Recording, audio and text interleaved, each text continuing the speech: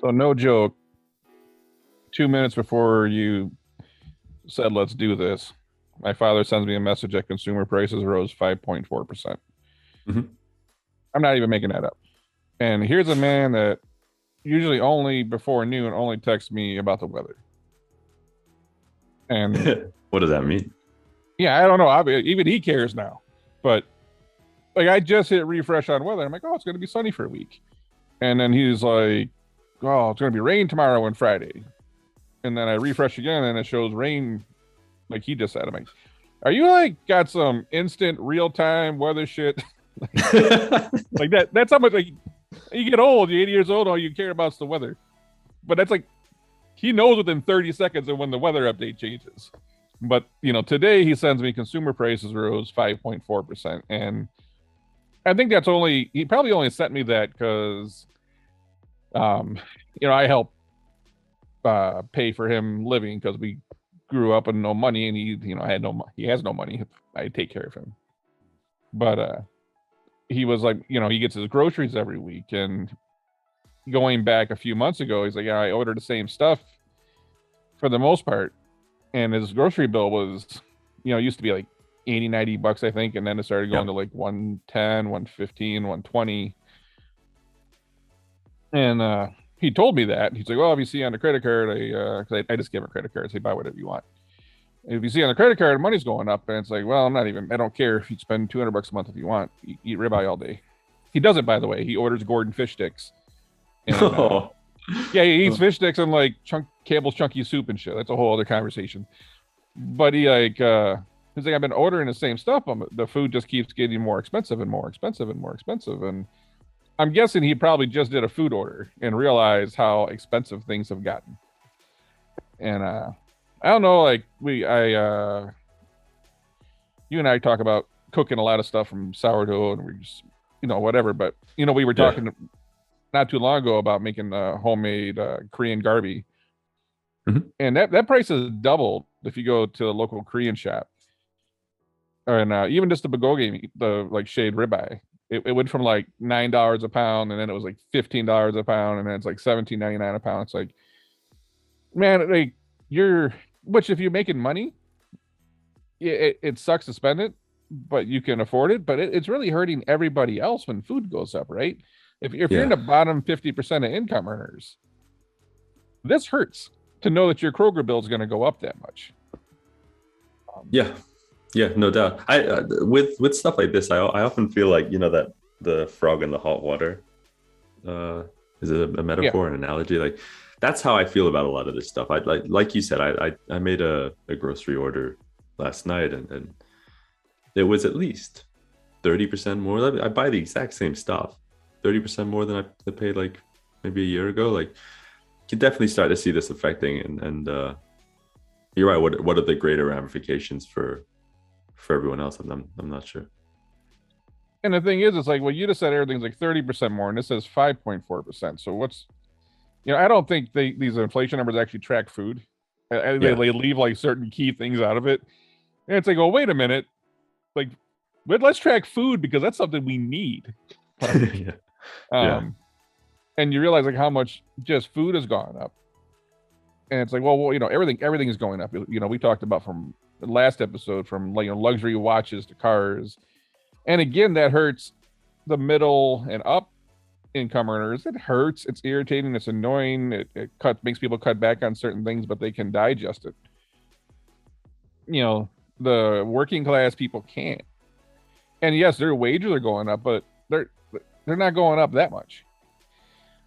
So unfortunately, this stuff ends up hurting a lot of people that I don't know how you really see anyone talking about that. Yeah. This is a consumption issue. We have supply chain issues, right? One of the issues is the worker shortage, which we just talked about, every day. But I think the bigger issue is the consumption. And we keep going back to everyone talks about the unemployment money and the stimulus, but that's not the issue. It's the people not paying their rent and their school loans and their mortgages. They're just taking that money, Kane, which is substantial. It's probably 1,000 to 2,000, maybe up to $3,000 a month every month for the last 18 months. Mm-hmm. And that money's getting poured into goods. and we are over consuming. I talk about driving through neighborhood. I'm not a neighborhood really, but it looks like trash has doubled in size. Like I feel like everyone's got a lot more trash. The garbage people are a lot slower in collecting because we're buying so much shit, Yeah. right? Yeah. And at some point you think this overconsumption is going to stop, and then they talked about they're not going to extend the school loan anymore starting in January, so that money's going to flow back into school loans and not into consumer goods and food and beverage and all that shit. People are going to pay the rent again. That's not going to flow into the market. Unemployment's going to stop. That's not going to flow into the market as much. Yeah. So do you end up seeing like a big deflation coming after that? Housing market crash, these crazy car prices and Rolex price, like all that shit's going to come back down maybe? Yeah. Yeah. You can definitely see that. I was going to ask, that was going to be my next question actually, James. Like, if you could reflect on maybe the last time you saw inflation creep up like this, and then what it was that triggered, the downside. I can't say I've paid that much attention to like inflation as a whole. I mean, I've lived through times when gas prices were crazy, Mm-hmm. which, when oil goes up, we use oil on everything. So those products, from fertilizer to whatever, those products went up, and then you need to transport shit. So anything that's transported, those prices went up. Airline tickets went up. So there was like a lot of things tied to energy that I witnessed. Yeah. And then obviously the crazy housing market back in 07, 08. But I'm not sure I've just seen this happen where, I keep talking about my truck because I'm still baffled that I got car dealers calling me trying to buy my truck, my 3-year-old truck that's beat up, for almost what I paid for it 3 years ago. I've never seen anything like that, right? That's, Yeah. most cars, you're going to lose half your value in 3 years or something like that. Mm-hmm. 40, 50%, I think, depending. And it's like, you're offering me almost what I paid. I mean, that's something doesn't feel right. Right. Right. It's cool. Inflation's really cool when you own shit. If you own a house and a boat and a car and an RV and a bunch of stuff that increases in value and inflation goes up, it's okay. But then if you don't, that kind of sucks. But the house I grew up in, I checked last year, it sold for 84,000, and this year it sold for 134. And it's obviously, if you think about what an $84,000 house looks like these days, it's not much, and it's not in a great neighborhood. But then it's like I'm starting to see, well, now like the working class people or below aren't even gonna be able to get in the house anymore because everything's just going up and up and up, and then you're going to get stuck renting, and then sometimes the rent traps you in, and the rent ends up being more than a goddamn house payment. It's I feel like none of this is good for the like working class and even the middle class right now. Yeah. But we kind of created this problem, right? We this goes back, it spans 2 presidents. Everyone's to blame. It happened under Trump. It's happening under Biden. Everyone's kind of involved right now. And I think the issue is, I don't think there's a way out. It's how do you get out of this mess? Yeah, without like some sort of destruction. Without destruction, correct. Yeah, I don't know. Yeah, I wish we had that answer. We probably make a couple billion. But, I mean, these are things I sit around, I worry about, because it affects my businesses. It's going to affect family members. It's going to affect a lot of people. If bubbles are cool until they pop. And the question is this a bubble that pops, or does this continue? And if we think it's not healthy now, but it's going to continue, then how unhealthy will this be in months? Yeah. So, yeah, scary stuff.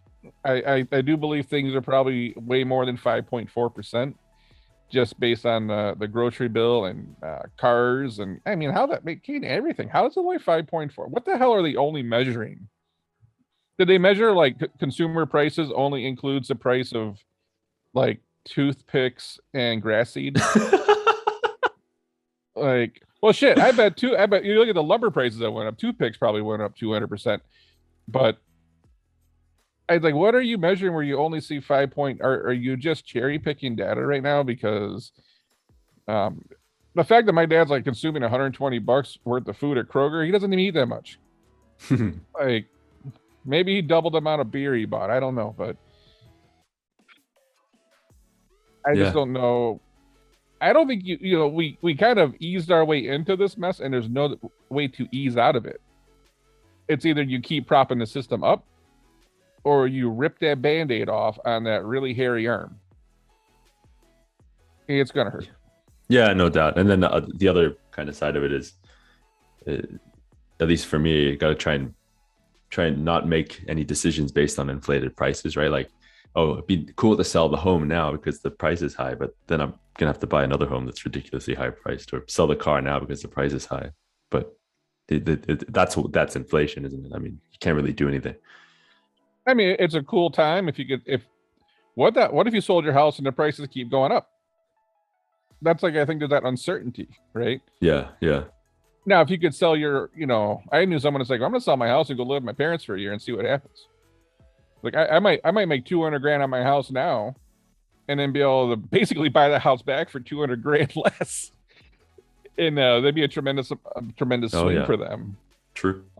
But I wasn't even thinking about selling my truck. My truck, I was gonna keep it for like 6 years. It's a diesel truck. You can drive them things forever. I was gonna beat the shit out of it, and just not care. And the cardio keeps calling me up, and I'm like, look, man, the new truck, the way I want it is 72, and you're offering me 62. So if you're telling me I can just come in and write you a check for 10 grand and get a new truck, I'm probably gonna do it. Yeah, Because that new truck price cane is not gonna change. Like even if the market does crash, that new truck's not gonna go down to 60. That It's always going to be 72 or better, because that stuff seems to be not inflated yet. The used prices are crazy inflated. I see. So I might go make a decision on that. But man, overall, particularly houses, right? Because you feel like that was one of the bigger bubbles. Yeah, yeah, It would be a very scary time to buy in like the last 6 months.